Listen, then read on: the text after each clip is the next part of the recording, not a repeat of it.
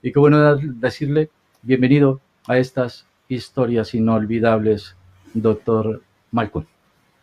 No, a ti, JJ Valencia, por la invitación y por permitirme hablar sobre la evolución y de la conciencia, que es un tema tan importante para todos los seres humanos, sobre todo en estos tiempos que estamos viviendo tan extraordinarios. Importante también darle a conocer pues a nuestros oyentes a esta hora de la tarde en el territorio español, de la mañana en Colombia y en el resto del mundo. ¿Cómo comenzamos nosotros a crear historia, doctor Fernando?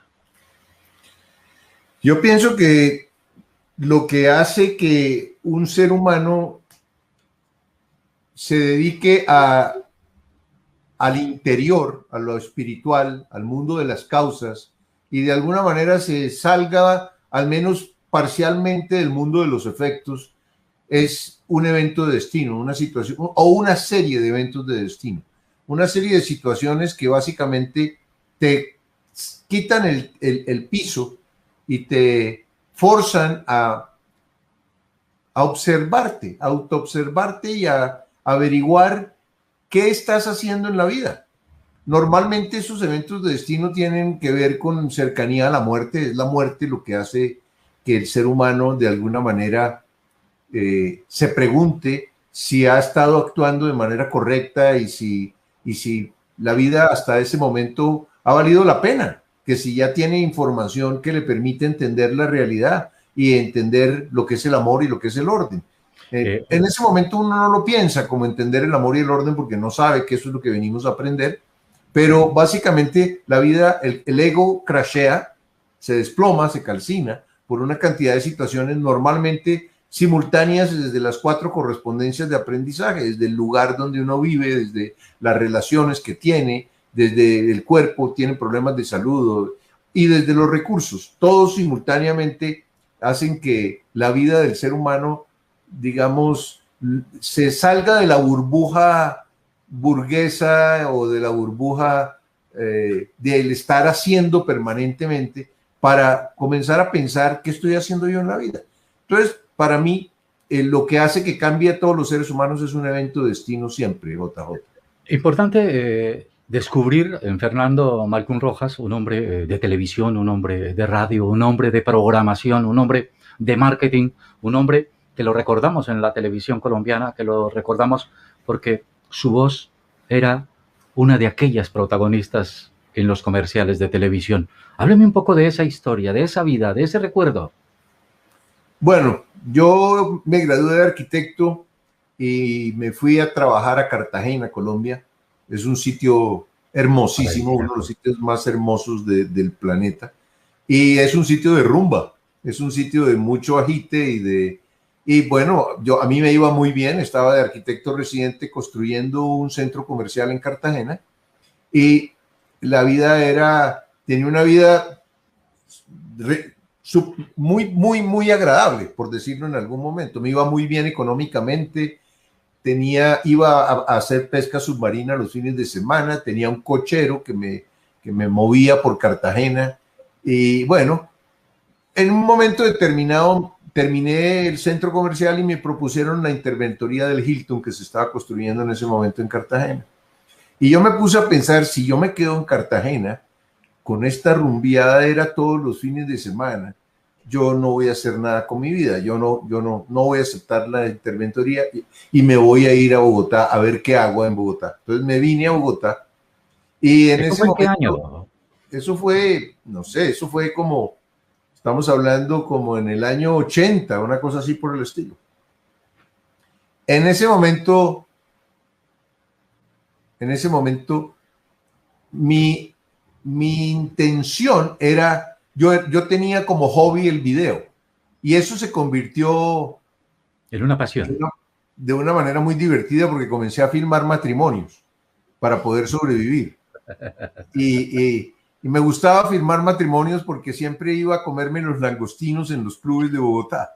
Entonces, el hecho de ir sofisticando la producción de matrimonios me metió cada vez más en equipos de televisión y terminé teniendo equipos bastante sofisticados y me convertí en un productor y director de comerciales de televisión. ¿Cómo En esa llega vida a la me televisión pasé colombiana? en la televisión colombiana. Creo que alcancé a hacer como, no sé, como unos 300 o 400 comerciales de televisión en mi vida.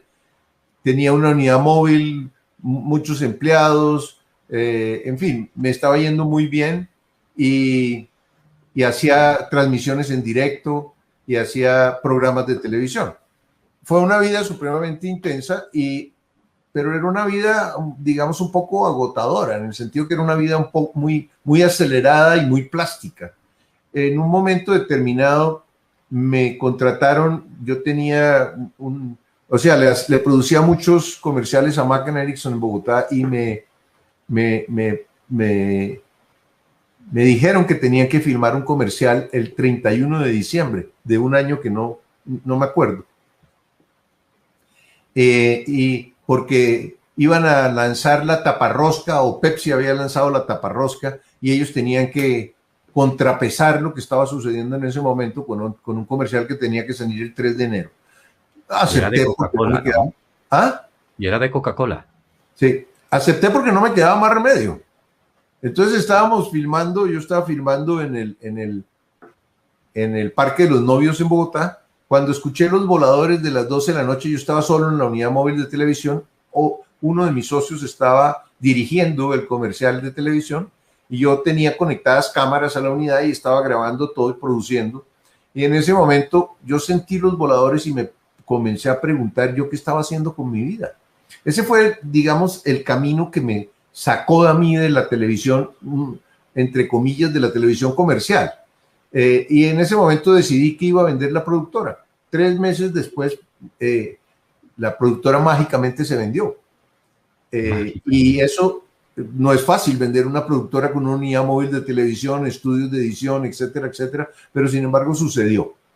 Y en ese momento repartí el dinero con los socios que tenía y decidí que me iba a tomar un año y medio sabático en Arcobaque, una finca que en ese momento era una finca, hoy es un centro espiritual, un centro de retiros espirituales, para aprender a manejar computadoras. Me fui a Miami, compré los últimos Macintosh y el software para edición de libros, para animación tridimensional, animación bidimensional, bueno, en fin, Photoshop, todas las cosas que en ese momento estaban comenzando a surgir en el mundo. Pero cuando hablamos nosotros de dejar, porque los espacios y el tiempo era el que no se encontraba tan a gusto, meterse en unas circunstancias tan comprometedoras, porque aprender a desarrollar un nuevo producto, a trabajar en algo novedoso, ¿eso no le llevaba también más tiempo o se sentía más a gusto? La verdad era que yo me había pasado muchísimos años desde el punto de vista de ejecutor de las ideas de otras personas. O sea, cuando tú haces un comercial, tú recibes un storyboard y tienes que filmarlo. No, la creatividad que hay alrededor del storyboard no es muy grande. Entonces, yo quería, en ese momento me surgió la idea de que yo quería crear los storyboards, crear la publicidad. O sea, pasar de ejecutor a ideador. Creativo. Y en ese momento, entonces, aprendí a manejar los computadores y abrí una agencia de publicidad y de una casa creativa en Bogotá. Y eso, en ese momento, yo comencé, bueno, tuve una experiencia muy especial en un momento determinado, en el cual que se conjugó con otra cantidad de situaciones para crear un evento de destino. Y en ese momento lo que pasó fue que tuve como una especie de experiencia muerte cercana, pero sin muerte clínica. Y esa experiencia de muerte cercana sin muerte clínica me llevó a preguntarme que qué estaba haciendo con la vida. Pues yo había pasado de televisión a publicidad y seguía un poquito en las mismas, pero de una manera distinta. Y en ese momento dije yo no sé qué es la vida, yo no sé qué vine a hacer acá, yo necesito averiguarlo. Pedí tiempo, me dieron el tiempo y me dediqué a buscar. Pero ¿cómo comienza a morir y cómo comienza a resurgir esa muerte? Yo sentí que de alguna manera que me estaba muriendo. Yo sentí que mis piernas estaban comenzando a perder la energía vital y que iba, o sea, como no sé cómo explicártelo, porque esas cosas de vida y muerte no son fáciles de explicar, pero yo lo que sentí en ese momento era que efectivamente me estaba muriendo, que me iba a ir, que ya me iba a morir. Y en ese momento, cuando uno se acerca a la muerte, es cuando uno se pregunta realmente si lo que ha vivido valió la pena o no valió la pena y se aprendió lo que vino, lo que tenía que aprender en esta vida. Yo me respondí que no había encontrado lo que vine a buscar y que me había divertido mucho, sí, pero que no había encontrado lo que vine a buscar. Entonces, en ese momento me propuse aprender. Lo primero que hice fue investigar y encontré el cuarto camino de Gurdjieff. No, primero encontré el curso de milagros. Hice el curso de milagros. Eso es un libro que tiene 365 lecciones. Lo hice durante como 1 año y 2 meses y acudí a un sitio donde se leía el curso y era un grupo de gente y se hacían comentarios y fue un tiempo bien interesante. Y eso me permitió, pero yo no sentía que me estaba dando las respuestas. Entonces busqué a el cuarto camino de Gurdjieff y cuando estaba en el cuarto camino de Gurdjieff, una amiga me comentó, yo estaba viendo en Gurdjieff el resultado de los hidrógenos, de cómo un ser humano entre mayor nivel de conciencia tenga, más puede refinar la energía. Y me dijo que había un señor en Tabio que estaba hablando sobre los hidrógenos. Ese señor resultó ser Gerardo Schmedling. Y allá fui a dar a Tenjo, o a Tabio creo que fue. A Tabio, muy cerca de Tenjo también. A Tabio, fui a dar a Tabio y me impresionó lo que él hablaba. Esa primera charla me desconcertó porque me estaba dando una cantidad de respuestas y me estaba generando una cantidad de inquietudes impresionantes, porque él comenzó a hablar de reencarnación y el concepto que yo tenía de reencarnación en ese momento no era nada bueno, porque lo que yo veía era Kung Fu en televisión, y Kung Fu era David Carradine que llevaba un palito con no sé, como una jaulita en la que llevaba un saltamonte y el saltamonte había sido su maestro. Entonces me parecía absurdo que un ser humano pudiera perder su cuerpo mental y regresar a convertirse en un insecto. Entonces eso yo no creía mucho en la reencarnación. Y no entendía en ese momento que ese es un concepto errado, hinduista y budista, pero que no es lo que significa realmente la evolución de la conciencia.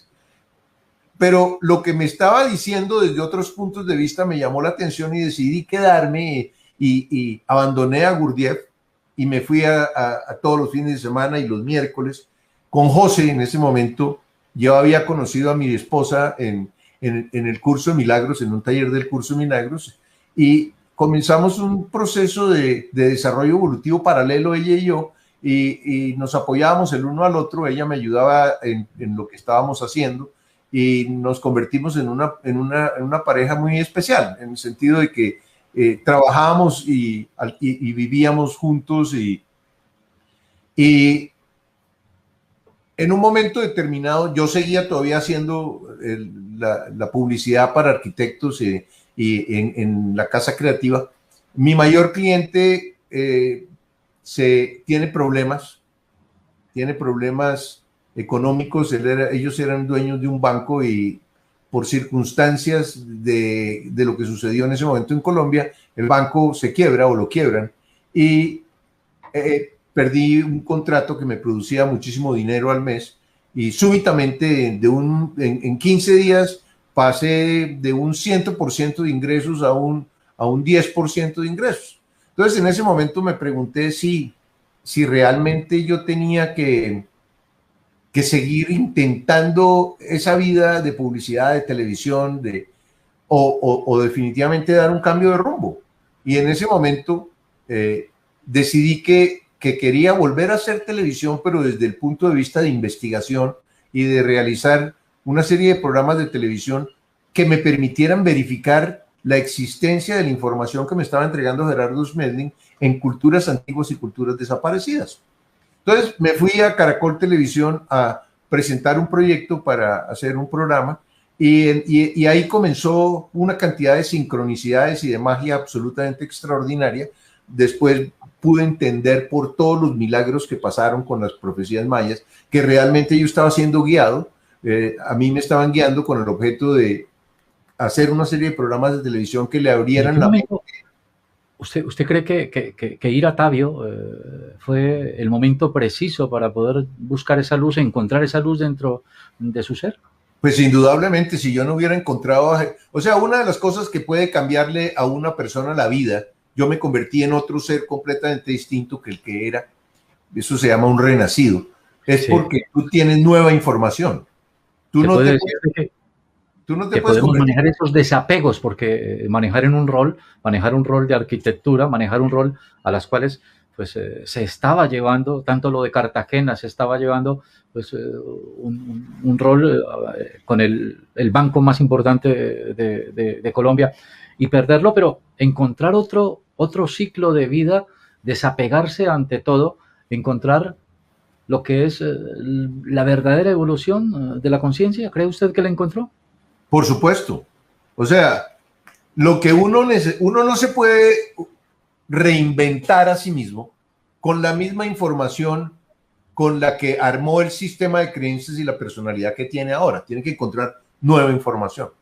A mí Gerardo Smedlin me entregó nueva información y me permitió entender que lo que yo veía como de pronto imperfecto, en realidad era que me faltaba mi información para poder entenderlo como perfecto, porque en ese momento entendí que todo lo que produce, que todo lo que es falso siempre produce sufrimiento y que todo lo que es verdadero siempre produce armonía. Entonces, en ese contraste, que es el contraste más importante que tiene el ser humano y que es el contraste que le guía a uno la evolución de la conciencia sin limitar el libre albedrío y sin que la divinidad tenga que poner conductas ideales o mandamientos o castigos o que exista el infierno o el pecado. Entonces, en ese momento para mí era una ruta muy, muy importante. Y el hecho de haber ido a Caracol en ese momento, de haber encontrado la información, y los maestros de alguna manera decidieron utilizar el know-how que yo tenía en televisión y el pequeño know-how que estaba adquiriendo en ese momento, eso fue hace como 28 años, sobre espiritualidad y conciencia, para hacer esos programas de televisión que se convirtieron en un hit. Esos programas de televisión además tuvieron una historia también igual de mágica, porque hubo muchas cosas que sucedieron tremendamente divertidas y que eran como milagros todos los días que sucedían. Fernando, ¿recuerda usted ese primer programa de televisión? Porque no es lo mismo llegar a la televisión, pero dice uno, yo recuerdo mi primera historia, mi primer programa, pero recordar ese primer programa de televisión cuando usted llega a Caracol y luego pues comenzar a hablar de algo que comienza usted a avanzar en la vida, que es la evolución. Sí, recuerdo mucho ese programa, porque bueno, a mí me pusieron un spot a las 11:30 de la noche un domingo, porque creían que yo estaba loco y que mis programas de espiritualidad a nadie le iban a interesar. Entonces ya se habían comprometido conmigo y me dieron un spot a las 11 o 11:30 de la noche un domingo. Bueno, resulta que al día siguiente por la mañana hubo como 7,000 llamadas a Caracol Televisión queriendo copias del programa que habían pasado por la noche. Vaya. Entonces me llamaron de Caracol, ¿qué fue lo que usted hizo? Y miramos el programa y entonces en ese momento dijeron, no, hay que repetirlo y hay que bajémoslo a las 10 de la noche. Perfecto.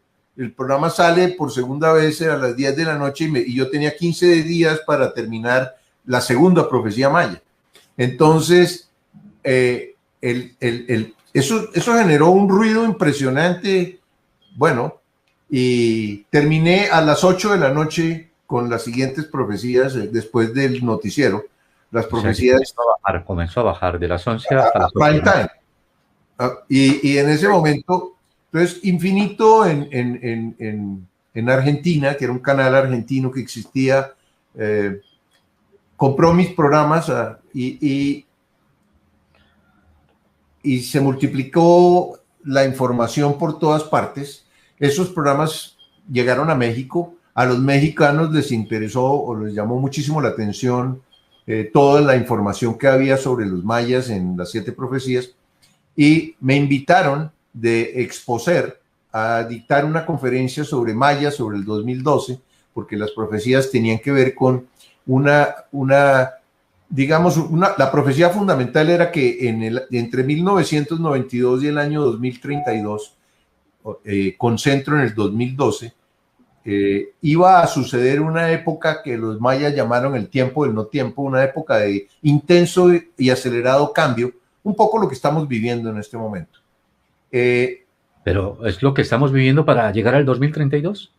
Mira, no sé si vamos a llegar al 2032 con eso, porque Gerardo decía que el momento de cambio fundamental de la humanidad iba a suceder en el 2021, o sea, en este año. ¿Sí? Todo lo que él me dijo durante 7 años que estuve con él recibiendo información, todo lo he podido verificar como cierto, ¿no? Me ha cambiado la vida a mí y le ha cambiado la vida a miles de mis discípulos en México, en Argentina, en Chile, incluso en España, de manera que yo he podido verificar el resultado de esa información y he podido encontrar raíces de esa información en la cultura maya, en la cultura egipcia, en la Atlántida, en los libros sagrados Vedas, de manera que para mí no hay duda. Entonces, estamos en el 2021, pero realmente para que aparezca ese cambio intenso, sí estamos viviendo un cambio profundo, pero yo siento que estamos es como al baño María, estamos al fuego lento, porque lo que está queriendo que suceda es que se derrita el chocolate del status quo para poder armar la humanidad de otra manera, reorganizar todas las organizaciones sociales, políticas, económicas, religiosas, todo lo que conforma la vida del ser humano. Pero para que eso ocurra, yo creo que tiene que haber eventos de destino para muchísimos seres humanos, por lo menos para un 10 a un 15% de los seres humanos sobre la Tierra, con el objeto de que tengan un proceso de cercanía a la muerte como el que conté. ¿Sí? Eso es lo que hace que el ser humano cambie. Y eso, el caosito que estamos viviendo, porque realmente no es un caos, sino un caosito, es pequeñito. A pesar de que sea planetario, es un caos pequeñito. No tiene las características de producir ese cambio tan intenso que se supone va a dar lugar a una nueva era, a una nueva manera de ver la realidad. Podemos pensar en que para poder encontrar este cambio, que se dice que ante los graves problemas que atañen al ser humano, es importante la perspectiva y la nueva optimización que se tiene para este cambio. Pero también podemos decir que el cambio lo podían generar pues aquellos, porque estamos hablando entre una era de extraterrestres. ¿Podríamos pensar en que el cambio vendría de arriba o sobre el mismo planeta? No. Explico por qué. Entre más evolucionada sea la conciencia de una entidad, menos interviene o trata de modificar las experiencias y de constreñir la libertad de quienes tienen menor nivel de conciencia. Entonces, las sociedades de cuarto nivel, de quinto nivel de conciencia, que son las de los hermanos superiores, que tienen la tecnología como para poder aparecerse en este momento en 20 o 30 ciudades simultáneamente con unas naves enormes, eso no va a suceder, porque eso implicaría que el ser humano, hay una fuente externa al ser humano que es la que cambia la dirección de la humanidad, y eso no es aceptable como dentro de las leyes del universo. Lo que va a suceder es que van a pasar cosas, eventos, situaciones que van a hacer que muchísimos seres humanos den un cambio y enfoquen el ojo de su mente hacia su interior, y eso les permita crear una masa crítica, una cantidad de gente que comience a cambiar la dirección en que nos estamos dirigiendo. Yo pienso que lo que estamos viviendo con la pandemia es que nos ha mostrado qué es lo que no está funcionando mal a nivel colectivo. No está funcionando mal la economía, perdón, está funcionando mal la economía. Hay muchísima gente muriéndose de hambre, mientras que hay personas que tienen 165 mil millones de dólares. O sea, los extremos son demasiado fuertes. El sistema de salud no está funcionando en ninguna parte del planeta. Tal vez en el único sitio, lo único que ha mostrado es el enfrentamiento geopolítico de dos sistemas, el sistema capitalista con el sistema sociocapitalista chino, porque no podríamos decir que es comunista. Y aparentemente, por lo que se está viendo, está siendo más eficiente el sistema sociocapitalista chino que el sistema capitalista norteamericano. Pero el interés de los maestros, desde mi punto de vista, es la diversidad. Y la diversidad no significa la masificación que está generando China. Entonces ahí hay un conflicto, ¿ves? Porque por un lado tenemos exceso de libertad y por otro tenemos tratar de masificar a todo el mundo. Dime. Pero también eso trae investigación sobre la conciencia y la psicología transpersonal en las prácticas que aceleran el desarrollo de nuestra conciencia. Evidentemente que sí. O sea, a ver, todos encarnamos a la Tierra con el objeto de evolucionar. Evolucionar no como pensaba Darwin, sino evolucionar en la información que tú tienes y en el modelo que tú tienes de la realidad. En encontrar información que tú puedas verificar en tu vida por los resultados que produce de armonía y de felicidad, de abundancia, de salud y de buena compañía. Ese es el objetivo de la vida, encontrar la felicidad. Entonces, ese encuentro, ese aprendizaje que todos tenemos obligatoriamente que tener, primero no se puede dar en una sola vida, porque en una sola vida es imposible aprender todas las características esenciales del amor. El amor es neutralidad, el amor es incondicional, el amor es flexible, es tolerante y, o sea, son tantas las características esenciales del amor que tú tienes que aprender, porque esa es la materia principal de aprendizaje, el amor y el orden, que tú no puedes vivir, porque el aprendizaje se sucede a través de la experiencia en carne propia. Es a través de convertir el conocimiento, que es de fuentes externas, a comprensión, que es algo que surge de tu interior, de tu corazón y de haber comprendido cómo funciona algo de una manera que nadie te puede arrebatar porque es algo tuyo, tú lo encontraste. Nadie te puede decir a ti que eso es mentira, porque eso es lo que tú ya sabes que es así. Ese proceso de convertir el conocimiento en comprensión, ese es lo que tenemos que hacer. Como simultáneamente tenemos que ver el contraste, lo opuesto, o sea, tenemos que ver la neutralidad, experimentar la polaridad. La tolerancia, tenemos que experimentar la intolerancia. La alegría, tenemos que experimentar la angustia, la tristeza, el miedo. O sea, para tú aprender, tú encuentras la verdad básicamente a través de lo falso. Es lo falso lo que te permite encontrar la verdad. El ser humano aprende básicamente a través de la experiencia con lo falso que le permite encontrar lo verdadero. Cuando nosotros encontramos algo, porque el doctor Fernando Marcún Rojas también tuvo un viaje en Egipto y donde se vivieron la creación de los 13 días de retiro y la oscuridad, o en la oscuridad. ¿Cómo fue ese pasaje? ¿Cómo fue esa experiencia? Bueno, me estás preguntando dos cosas, voy a ponerlas una por una. Digamos que en Egipto las profecías mayas me llevaron a la conexión a la Atlántida, o sea, establecí una conexión directa entre los mayas y la Atlántida a través de sus calendarios, a través de muchísimas cosas, y la Atlántida me conectó con Egipto. Entonces, he ido a Egipto 28 veces, digamos que podría decir que tengo una excepcional información sobre Egipto. Hice 10 programas de televisión sobre la civilización egipcia que se llamaba El Ojo de Horus, y hice otra serie de programas sobre cómo se construyeron las pirámides. Entonces, Egipto para mí ha sido como parte de mi vida, como parte de la información. Y en Egipto verifiqué la existencia de información de sabiduría que me había entregado a mí Gerardo Smedley. Lo mismo que en la Atlántida y lo mismo que en los libros Vedas, como te dije hace un rato.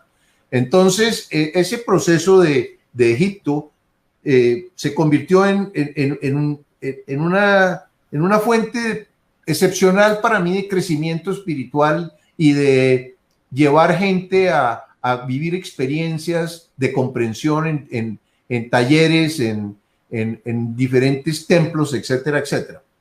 Eso, en un momento determinado, decidí que quería averiguar qué pasaba, no en el plano físico, no en las investigaciones digamos, del mundo de los efectos, sino en el mundo de las causas.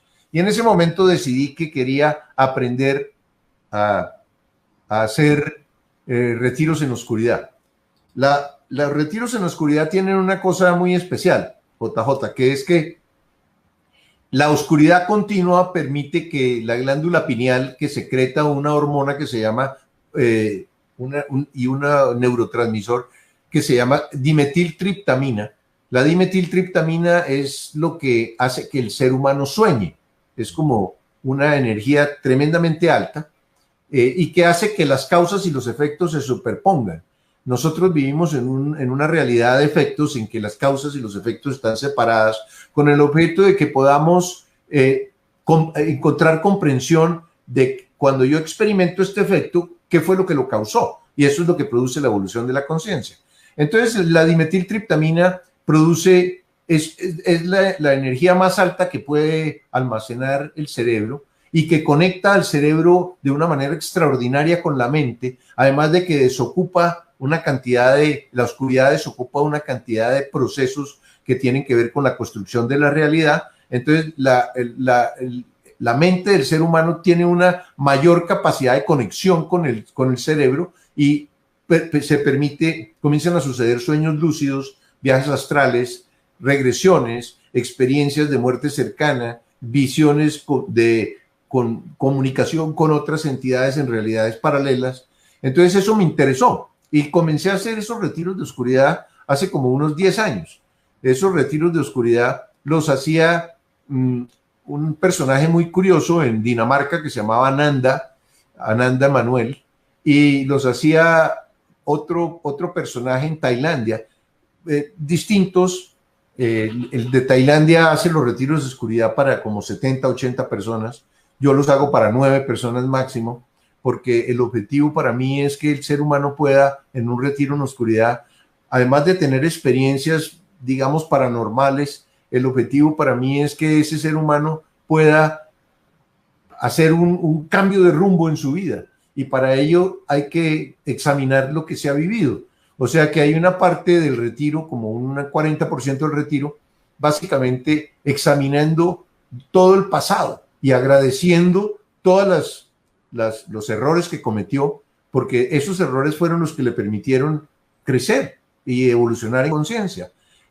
Hasta llegar al punto en que se usa también, o uso en ese retiro, meditaciones con sincronización interhemisférica, y esas meditaciones con producen estados muy especiales. El hecho de que tengas dimetiltriptamina, que tengas los 2 hemisferios sincronizados, hacen que toda tu memoria se abra de una manera extraordinaria y que tú logres ver muchas cosas de tu pasado que están influyendo en tu presente. Entonces, el siguiente paso es valorar el presente. ¿Qué tienes en tu presente? Y ¿sí? Cuando hablamos de la cuarentena cósmica también, que es importantísima de entrar, hacer la oscuridad, pero trabajar sobre una cuarentena cósmica que es algo tan diferente a lo que podemos vivir en el otro pasado anterior. Cuarentena cósmica. Es que no entiendo qué me quieres decir con cuarentena cósmica. La cuarentena cósmica, pues, ¿qué podemos estudiar dentro del sistema de la evolución?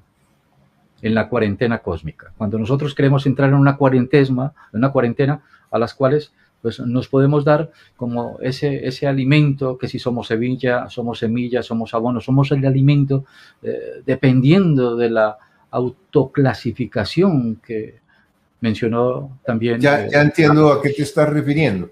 O sea, sí, nosotros en este momento estamos viviendo un proceso de autoclasificación en el que los seres humanos están cada uno revelando cómo son realmente, cómo piensan, cómo hablan, cómo actúan.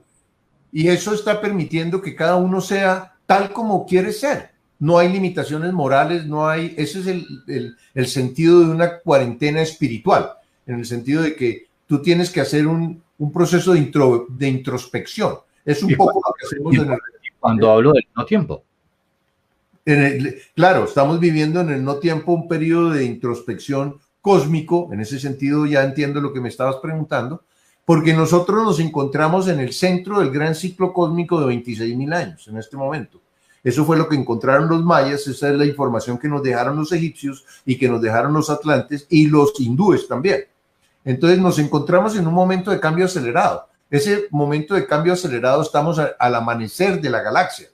O sea, estamos pasando de la era del creer a la era del saber. La era de las creencias era Piscis, que tenía el sector del espacio por donde estaba pasando el sistema solar, tenía una frecuencia vibratoria de 8 ciclos y pasamos a la constelación de Acuario, que tiene una frecuencia vibratoria de 13 ciclos. Nosotros en este momento estamos ascendiendo de 8 a 13 ciclos y esa es la razón de todos los cambios que estamos experimentando y viviendo sobre la Tierra. Cambios más que todo que tienen que ver con la activación del hemisferio derecho del ser humano. Por eso, en gran medida, son las mujeres las que están más impactadas con lo que está sucediendo. Dime.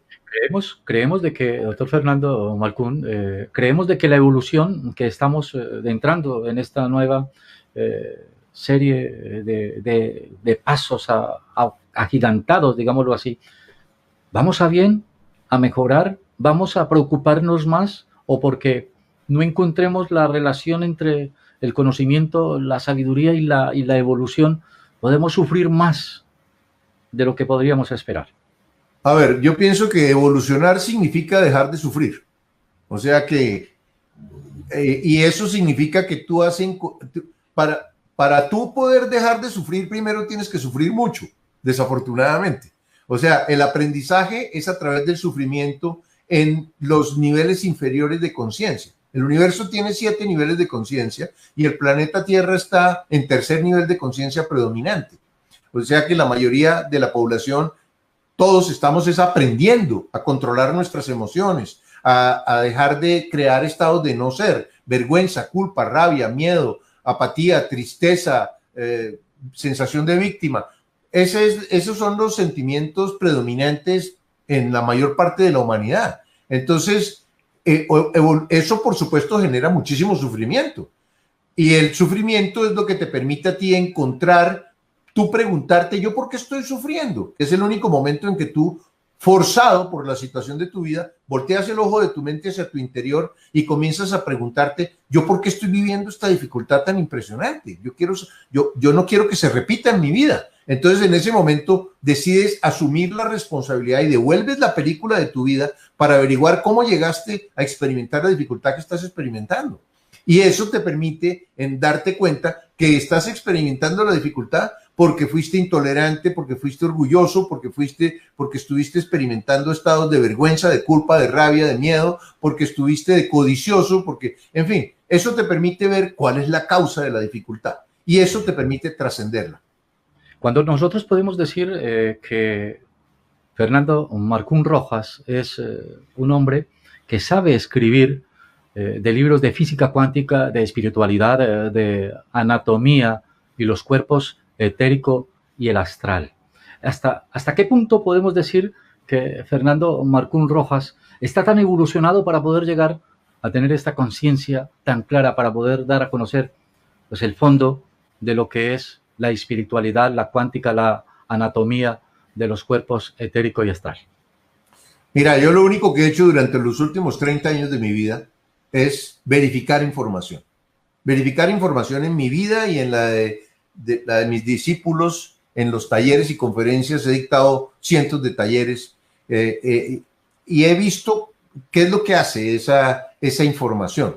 Entonces, yo no puedo decir que yo soy un gurú o que yo soy una persona muy evolucionada. Yo tengo el mismo nivel de conciencia que todos en el planeta Tierra. Simplemente que me he dedicado a encontrar información de sabiduría que de alguna manera me ha permitido, digamos, refinar mejor los hidrógenos, y eso ha permitido que yo pueda encontrar comprensiones por la frecuencia vibratoria en la que estoy oscilando, encontrar comprensiones sobre temas difíciles como física cuántica y espiritualidad, o sobre los cuerpos, el cuerpo etérico, el cuerpo emocional, el cuerpo astral, el cuerpo mental, cómo es el orden de la realidad, por qué la realidad tiene 40 dimensiones, qué sentido tiene, cuál es el mundo de las causas y cómo es Dios, qué tipo de Dios, en qué tipo de Dios necesitamos estar, con qué tipo de Dios necesitamos relacionarnos,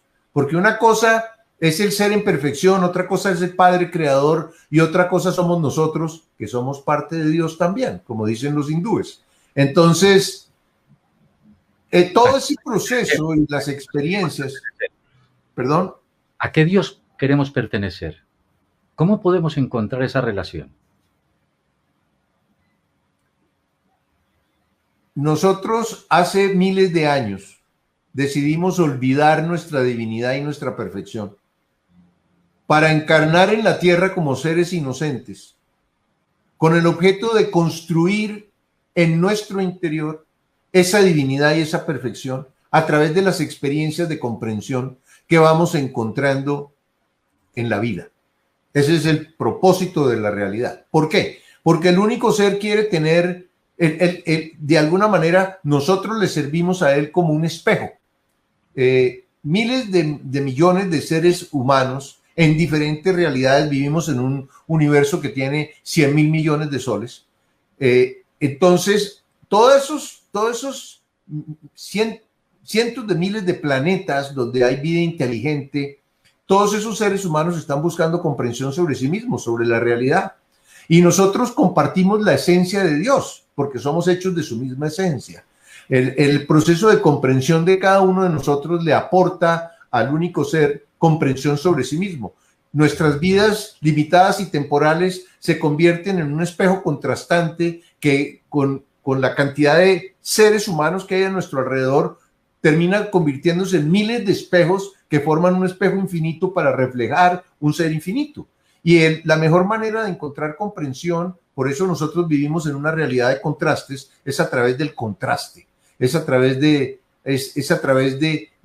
lo falso y lo verdadero, de lo que produce armonía o sufrimiento. Esa es la vida. Y esa divinidad, ese ser en perfección, está vivo y él respira, exhala inocencia e inhala sabiduría. Nosotros somos los que convertimos la inocencia en sabiduría. Y esa sabiduría la recoge el Padre Creador. Una cosa es el ser en perfección y otra el Padre Creador. El ser en perfección podríamos llamarlo como el Espíritu Santo católico, y el Padre Creador es el Padre Creador, y nosotros somos los hijos. Y nosotros, el Padre Creador, el ser en perfección respira, y cuando respira, exhala al Padre Creador, y el Padre Creador crea el universo, exhala el universo. Entonces nosotros vivimos en una sucesión de universos, que son las respiraciones del único ser. Y al final de cada universo, la sabiduría de todo ese universo la recoge el Padre Creador y se la entrega al ser en perfección. Ingeniero, arquitecto Fernando Barcún Rojas, ¿podríamos hablar cómo podemos nosotros construir ese sueño que queremos en Arcobaque? ¿Cómo sueña usted en Arcobaque y cómo crea Arcobaque? La clave es la imaginación. Quien no imagina no puede manifestar. O sea, si tú necesitas construir un edificio en una esquina, tú contratas imaginadores profesionales, arquitectos, ingenieros mecánicos, electricistas, etcétera, que hagan un modelo de lo que se va a manifestar en la realidad. Se pasan, no sé, 6, 7 meses y detallan absolutamente todo lo que se va a construir, y en ese momento el edificio existe virtualmente en el etérico. Tú no puedes manifestar nada en lo físico que no hayas construido primero en el etérico. En ese sentido yo le agradezco y yo creo que todo el mundo debería estudiar arquitectura, porque la arquitectura me permitió a mí hacer todo lo que he hecho en mi vida, publicidad, televisión, bueno, construí una unidad móvil de televisión con mis propias manos, eso es una de las cosas que más me divertí haciendo, entre otras cosas, aprender todos los circuitos y todos los cables y los transmisores y las cosas que había que tener para poder armar una unidad móvil de televisión. Pero tú tienes que imaginarlo. Si tú no lo imaginas, tú no puedes manifestarlo en tu vida. Por eso, desde mi punto de vista, las cosas más importantes que puede hacer un ser humano es levantarse media hora o una hora antes de lo que se levantaba y poner la almohada de su cama contra el espaldar y autoobservarse. Eso significa mirar las últimas 24 horas de su vida, qué pasó, para poder saber en qué se chispoteó tu ego. Porque si tú no sabes qué es lo que tú tienes que corregir en ti, ¿cómo puedes evolucionar? ¿Cómo puedes buscar información? Dime. Podemos encontrar que ahí podemos ver la inocencia y la sabiduría que se hace necesario para poder ver la ignorancia, ¿podemos decirlo?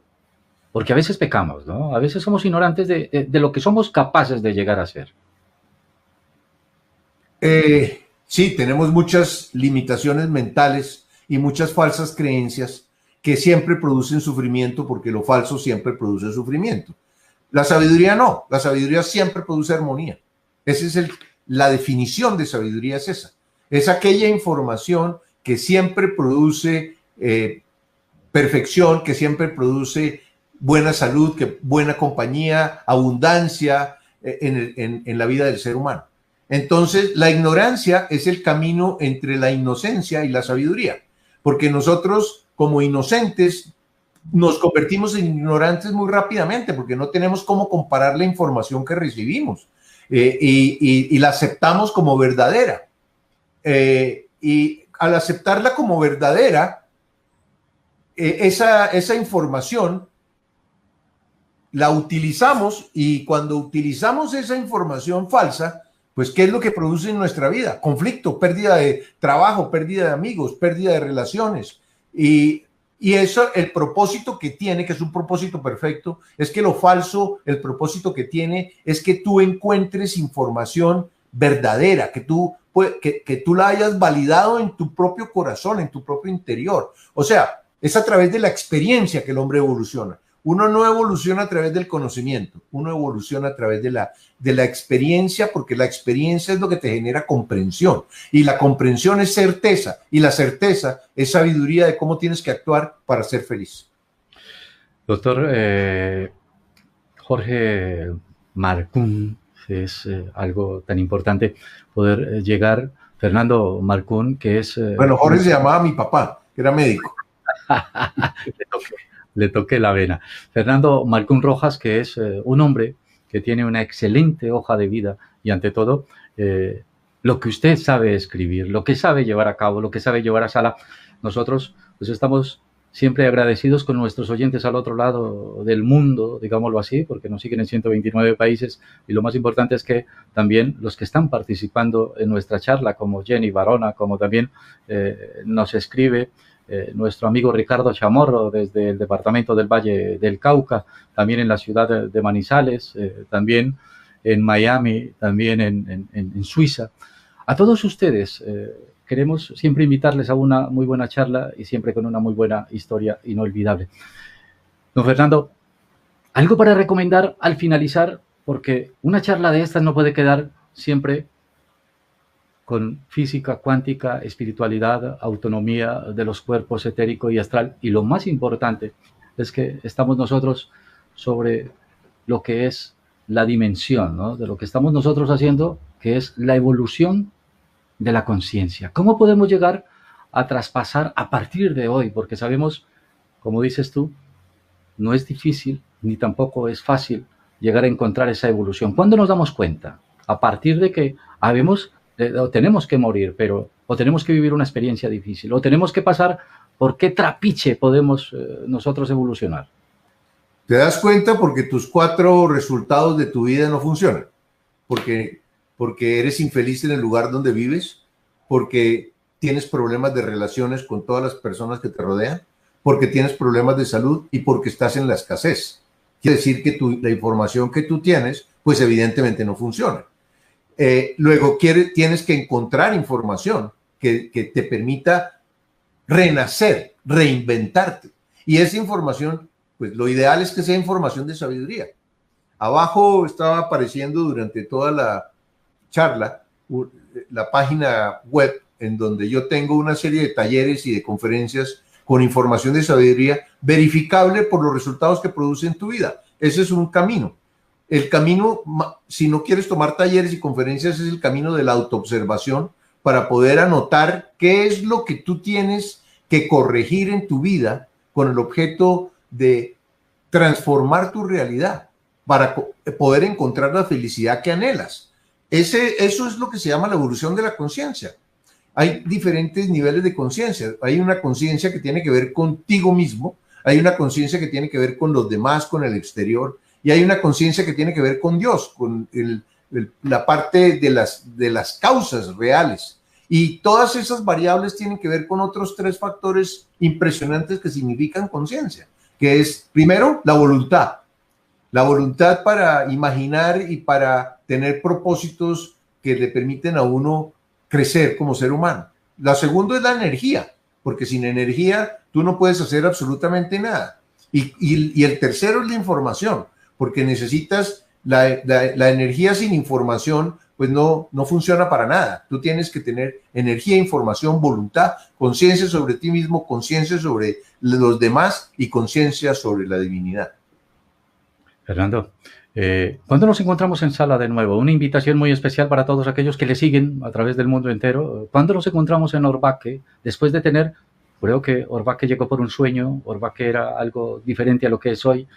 Ese sueño en realidad se consiguió a través de imaginarlo. Al principio lo imaginaba en una dirección distinta de lo que terminó siendo. Al principio lo imaginaba como un sitio para enseñar video, para enseñar arquitectura, para enseñar televisión, para enseñar edición, para enseñar montaje, para enseñar edición de libros, de revistas, o sea, todo lo que me he pasado o lo que me pasé en la vida aprendiendo. Ese era mi propósito. Entonces dije, yo quiero tener un sitio así, que sea como una especie de escuela. Terminó convirtiéndose en realidad en otra cosa muy distinta, en un sitio de conferencias, talleres, retiros espirituales, no en el mundo de los hechos, sino en el mundo, no en el hacer, sino en el ser. Nos quedamos nosotros siempre con una muy buena charla y con una muy buena historia. Vamos siguiendo con el paso, seguramente, de los minutos del tiempo, y nosotros retomamos. Fernando, nosotros quedamos muy agradecidos con esa buena presentación, con esa muy buena charla, con esa muy bonita historia, porque usted sí que hace historia en Valencia Estéreo hoy y hace historia a través del mundo entero. Será hasta una nueva oportunidad. Gracias por abrirnos la puerta de ese corazón, la puerta de Orvaque, porque Arcobaque es muy cerca a la ciudad de Bogotá, es un sitio que está cerca también de Choachí y que nosotros los invitamos también para que le sigan a través de su correo electrónico, porque hay un correo electrónico que también pueden seguirle, que es fmarcun@gmail.com, y si tenemos toda la garantía de poderle seguir también como en fernandomarcun.com, que es allí donde podemos encontrar esa buena hoja de vida, esa buena historia para poder hablar de una historia realidad. Gracias, don Fernando, gracias, arquitecto, gracias por ser usted tan cálido y tan amable y para abrir siempre ese corazón de sabiduría y de conocimiento a través de nuestros oyentes. Me dio mucho gusto y gracias a ti, JJ, por la oportunidad de hacer pensar a las personas. Lo más importante es que esas historias inolvidables tocarán el corazón, no solamente el tuyo, Fernando, sino el de todos aquellos que quieran llegar a tener un cambio en su vida. Muy amable y será hasta una próxima oportunidad. Gracias.